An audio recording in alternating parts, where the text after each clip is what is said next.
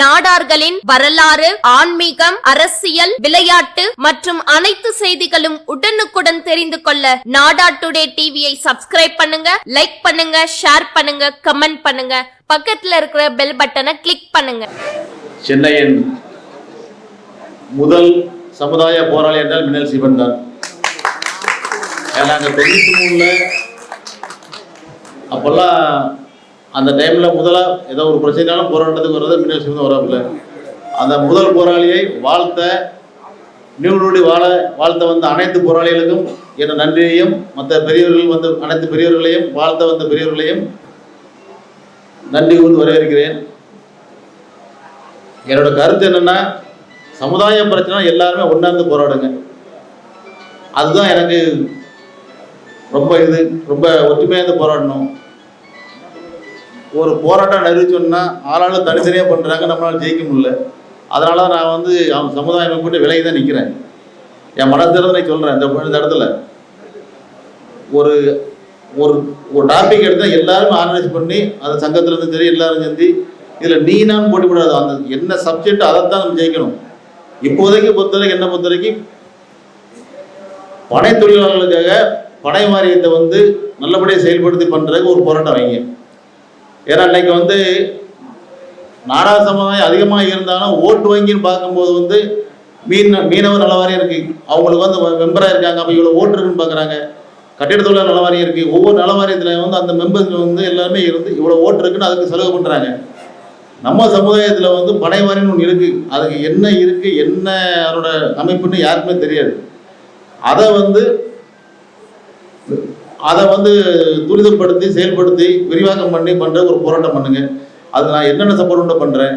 ஏன்னா அன்னைக்கு தமிழக அரசு வந்து பனை மரத்தை வெட்டக்கூடாதுன்னு சொல்லிடுறாங்க. வெட்டக்கூடாதுன்னு சொல்லும்போது வந்து ஒரு பனை மரத்தில் வந்து 300 பனைமரம். அந்த 300 பனைமரத்தில் 3 விதை இருக்கும். அப்போ 900 விதை ஆச்சு. இந்த 900 விதை ஒரே இடத்துல விழுந்தா என்ன ஆகும்? அப்போ அந்த பனைமர தொழிலை வந்து பனைமரத்தை பாதுகாக்க பனை தொழிலையும் பாதுகாத்து வந்து அந்த வாழ்க்கை உயரும், பனைமதியில் பணங்காடாயிரும். வெட்டவும் முடியாது, விவசாயம் பண்ண முடியாது. இது வந்து தமிழக அரசுக்கு தெரியாது. ஏன்னா பயணியிலே வந்து சீனி போட்டுக்கான்னு கேட்டாளுங்க. அப்போ பணம் மரத்துக்கு தெரியாது. இதை வந்து எதுக்கு சொல்லணும்னா இதுக்காக சொல்லலை.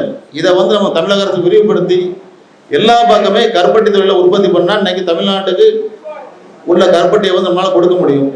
இதை வந்து நிலமாகாரன் பனை தொழிலாளி எல்லாம் கிடையாது. பணத்தோட சொத்துல உண்ட பனை மறந்து அவன் பணத்தோடுக்காரன். அதில் விவசாயம் பண்ணுறவன் வந்து பனை விவசாயி.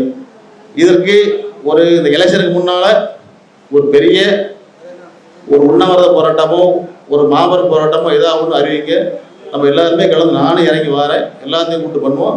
பனைத்தொழிலை ஊக்குவிப்போம், கருப்பட்டியை வளர்ப்போம், நம்ம பாரம்பரியத்தை வளர்ப்போம். அந்த பனைத்தொழில் வளர தான் நாம் உயர்வோம். பனையில் இன்றைக்கி எல்லாரும் உயர பாருன்னா நம்ம எப்பவுமே நம்ம மட்டும் தான் உயர்ந்து போவோம். ஏன்னா நம்ம தொழிலே அது. மேலே பார்த்து கீழே பார்க்க மாட்டோம். கீழே பார்த்து பயமே இருக்காது. எவ்வளோ உயரத்துல இருந்து கீழே பார்த்தா பயம் இருக்காது. அந்த பயம் அறியாங்கிறது நம்ம சமுதாயம் மட்டும்தான். பயம் என்றால் என்னவென்றே தெரியாத சமுதாயம், பயத்தையே பயமாக்குற சமுதாயம் நம்ம சமுதாயம். அந்த பயத்துக்கே நம்மளை கண்ட பயம் வரும். அதனால அந்த போராட்டத்தை ரெடி பண்ணுங்க. அமைதியாக நல்லபடியாக போராடுவோம். இதுக்கு எல்லாரும் ஒத்துழைக்கணும். இது தாழ்மையான அனைத்து சங்கங்களுக்கும், அனைத்து சமுதாய பெரியவர்களுக்கும், அனைத்து இளைஞர்களுக்கும், அனைத்து பனை தொழிலாளர் மாநாடுகள் அறிவிக்க எல்லாரையும் அறிவிப்போம். எல்லாரும் கொண்டு சேர்ந்து உயர்வோம். இந்த ஒரு தொழிலையும் வந்து நம்ம இந்த ஜல்லிக்கட்டு போராட்டம், தமிழ்நாடு ஜல்லிக்கட்டு போராட்டம் மாதிரி நம்ம சமுதாயத்துக்கு உள்ள அங்கீகாரம். இதே போராடி வென்றெடுப்போம். நன்றி, வணக்கம். எல்லாருக்கும் வணக்கம். நண்பர் ஸ்டீபன் பற்றி உங்களுக்கு தெரியும். அது கிட்டத்தட்ட 30 வருஷம் நினைக்கிறேன்.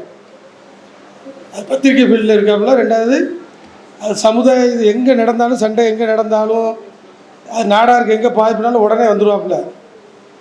அதே மாதிரி அவர் பழைய காலம் எப்படின்னா, நம்ம ஆட்கள் வந்து அவன் புக்கு வச்சு, அதாவது புக்கு வெளியிட்டாப்புல. அந்த புக்கை வாங்கிட்டு அதுக்கு திரும்பி அந்த ஆர்டர் எடுத்து திரும்பி போடுறதுக்கு 10 வாட்டி அலக்கழிப்பாங்க. அப்படிப்பட்ட சொல்லுவாப்புல, இங்கே பாருங்கண்ணா இப்படி நமக்கா இது அப்படி தான் இருக்குது, நம்ம ஆள் அடுத்த ஆள் கொடுப்பான், நம்மளுக்கு தர மாட்டான் மக்களே அப்படின்னு சொல்லி. அது மாதிரி ஒரு சமுதாய பணி அதில் எல்லாம் இது பண்ணி இப்போ வந்து உண்மையிலே நல்லா ரீச் ஆகி நல்லா இருக்காப்புல. இப்போ எல்லோரும் வந்திருக்கோம். அது உண்மையிலே ரொம்ப சந்தோஷமாக இருக்குது மக்களே. ஆமாம், எல்லாம் பெரிய பெரிய ஆட்களாக வந்திருக்காங்க. அது மாதிரி இந்த 50 வயசில் நான் வந்து நிறைஞ்சு வாழ்த்துறேன். இன்னும் வந்து நீங்கள் நிறைய பணிகள் செய்யுங்க. எதுனாலும் இது பண்ணுங்கள். அது சமுதாயமே சேர்ந்து எல்லாம் பண்ணுவோம். சமுதாயம் இருந்து எல்லாரும் செய்வோம். அதே மாதிரி வந்திருக்க எல்லாருக்கும் என்ன சொல்லுதுன்னா, அதான் நம்ம சமுதாயத்தில் வந்து ஒற்றுமை இல்லை மெயினாக. அதை வணிகர் சங்கன்னு பிரிச்சுட்டு போயிருந்தாங்க, நாடார் சங்கன்னு பிரிச்சுட்டு போயிருந்தாங்க. எல்லாம் பிரித்து என்ன போச்சுன்னா வணிகர் மட்டுமே உட்காந்துக்கிட்டாங்க.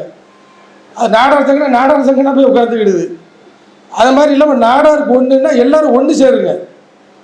ஒன்று சேர்ந்து எல்லோரும் போராடினா தான் இன்னும் காலம் உங்களுக்கே தெரியும். வணிகரை ஃபுல்லாக சுற்றி அடித்து அவளத்தையும் இது பண்ணிகிட்டு இருக்காங்க. சிறு வணிகத்தை ஃபுல்லாக சொல்லி முடிச்சுட்டு இருக்கான். அதனால் நம்ம நாடார் எல்லாம் ஒன்று சேர்ந்து நம்ம சிஎம்ஐயோ யார் பார்த்தாதான் இதுக்கு வேலை நடக்கு. ரெண்டாவது உங்களுக்கு தெரியும், இந்த ரவுடிஸ் தொல்லைகள் அவ்வளோ வந்து இங்கே தெரியும்.